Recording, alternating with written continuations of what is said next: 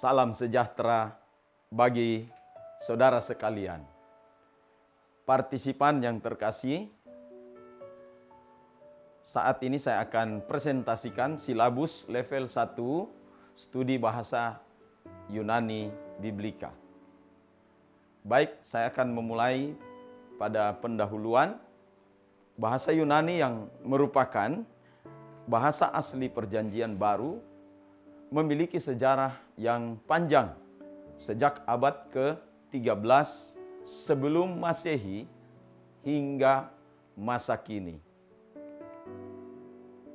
Bentuk bahasa Yunani yang digunakan oleh penulis dari Homer, yaitu abad ke-8 sebelum Masehi, hingga Plato pada abad ke-4 sebelum Masehi, disebut bahasa Yunani klasik.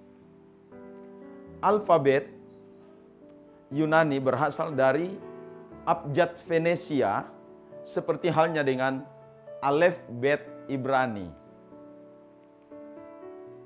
Bahasa Yunani klasik memiliki aneka ragam dialek dengan 3 dialek utama, yaitu Dorik, Aiolik, dan Ionik. Raja Philip dari Makedonia menaklukkan Athena di abad ke-4 sebelum Masehi. Putranya Alexander Agung mengembangkan kebudayaan dan bahasa Yunani di daerah jajahannya.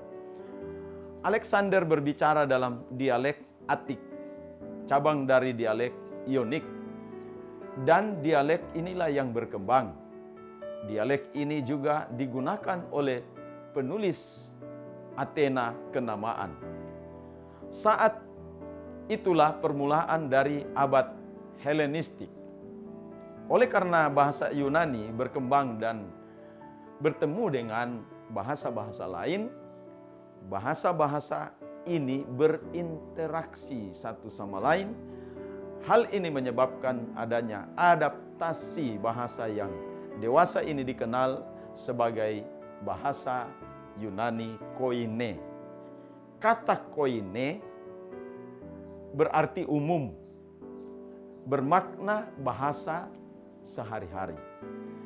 Bahasa Yunani koine adalah bentuk yang lebih sederhana dari bahasa Yunani klasik, dan banyak unsur-unsur lain yang hilang dari bahasa Yunani klasik.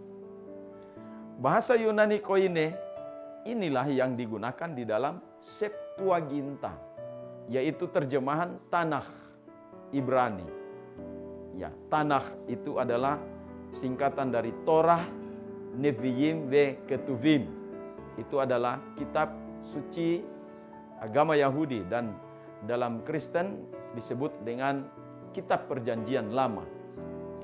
Jadi terjemahan Tanakh diterjemahkan ke dalam bahasa Yunani, itu yang disebut dengan Septuaginta.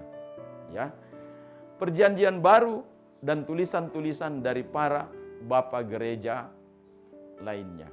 Sekarang kita masuk pada tujuan umum. Siswa atau mahasiswa akan dapat memahami bahwa studi bahasa Yunani Biblika adalah fondasi penafsiran Alkitab Perjanjian Baru, sehingga termotivasi dan bergairah untuk belajar lebih lanjut lagi. Tujuan khusus yang pertama adalah menjelaskan pokok-pokok dalam pengantar bahasa Yunani level 1. Kemudian yang kedua, mampu menulis teks asli bahasa Yunani, yaitu Alkitab Perjanjian Baru. Kemudian yang ketiga, mampu mentransliterasi teks asli, yaitu bahasa Yunani atau Alkitab Perjanjian Baru, teks aslinya maksudnya. Yang keempat adalah mampu membaca teks aslinya, yaitu bahasa Yunani atau Alkitab Perjanjian Baru. Saya memberikan anjuran-anjuran dalam kelas ini dalam belajar sendiri atau ditemani dengan buku panduan belajar, maka anjuran dan keterangannya adalah siswa atau mahasiswa dianjurkan untuk membaca panduan, ya, buku yang sudah dibagikan atau bisa juga dipesan kepada kami, dan juga menonton video di link YouTube secara berulang-ulang kali di luar session agar dapat mencapai target belajar. Kemudian huruf yang digunakan untuk latihan menulis adalah Arial. Dan kemudian juga ada huruf yang lain. Huruf Arial ini untuk mempermudah menulis dengan menggunakan tangan.